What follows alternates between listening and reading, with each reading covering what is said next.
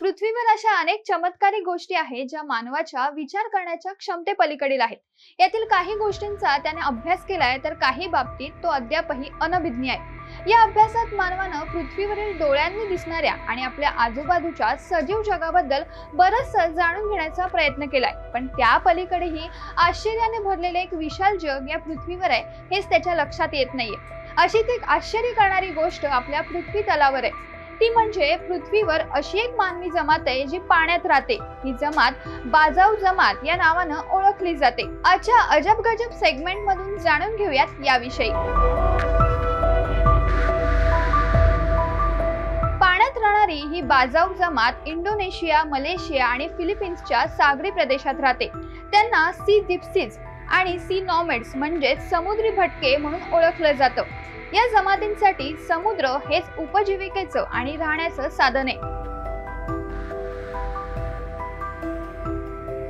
ही जमात जमिनीवर स्थायिक होत नाही, उलट ते समुद्रात घरे बांधतात किंवा बोटींचं घरात रूपांतरित करतात। जेव्हा त्यांना पकडलेले मासे विकण्यासाठी इतर गोष्टींची आवश्यकता असते तेव्हाच ही जमात जमिनीवर येते, कारणाशिवाय ही जमात जमिनीवर जाणं टाळते।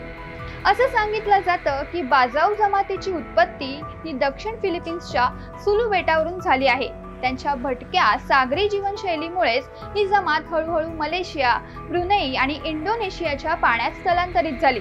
विलक्षण पोहण्याच्या कौशल्यासाठी ही जमात ओळखली जाते। हे लोक खोल समुद्रात श्वास रोखून डायव्हिंग करतात। सर्वात महत्त्वाचं म्हणजे कोणत्याही साधनाशिवाय या जमातीतील लोक एकाच वेळी 5 ते 13 मिनिटं श्वास रोखू शकतात। एका वैद्यकीय अभ्यासानुसार या लोकांच्या प्लीहा या सामान्य लोकांपेक्षा थोड्या मोठ्या असतात, ज्यामुळेच त्यांना पोहताना पाण्याखाली जास्त काळ श्वास रोखून ठेवण्यास मदत होते। अनुवंशिक भिन्नतेमुळेच हे शक्य असल्याचं सांगितलं जातं। बाजाऊ समाजातील लोक ऑक्टोपसची शिकार करतात। शिकार करण्यासाठी ते खोल समुद्रात जातात आणि भाल्याचा वापर करतात। पण या समाजाविषयी एक खंत बोलायची झाल्यास त्यांच्याकडे कोणत्याच देशाचं नागरिकत्व नाहीये। कोणत्याच देशाने या जमातींना नागरिक म्हणून अशी ओळख दिली नाहीये। तुम्हाला या अजब गजबची गोष्ट कशी वाटली हे आम्हाला नक्की कमेंट करून कळवा आणि अशाच नवनवीन आणि माहितीपूर्ण व्हिडिओसाठी ओनली मानिनीला पाहत रहा।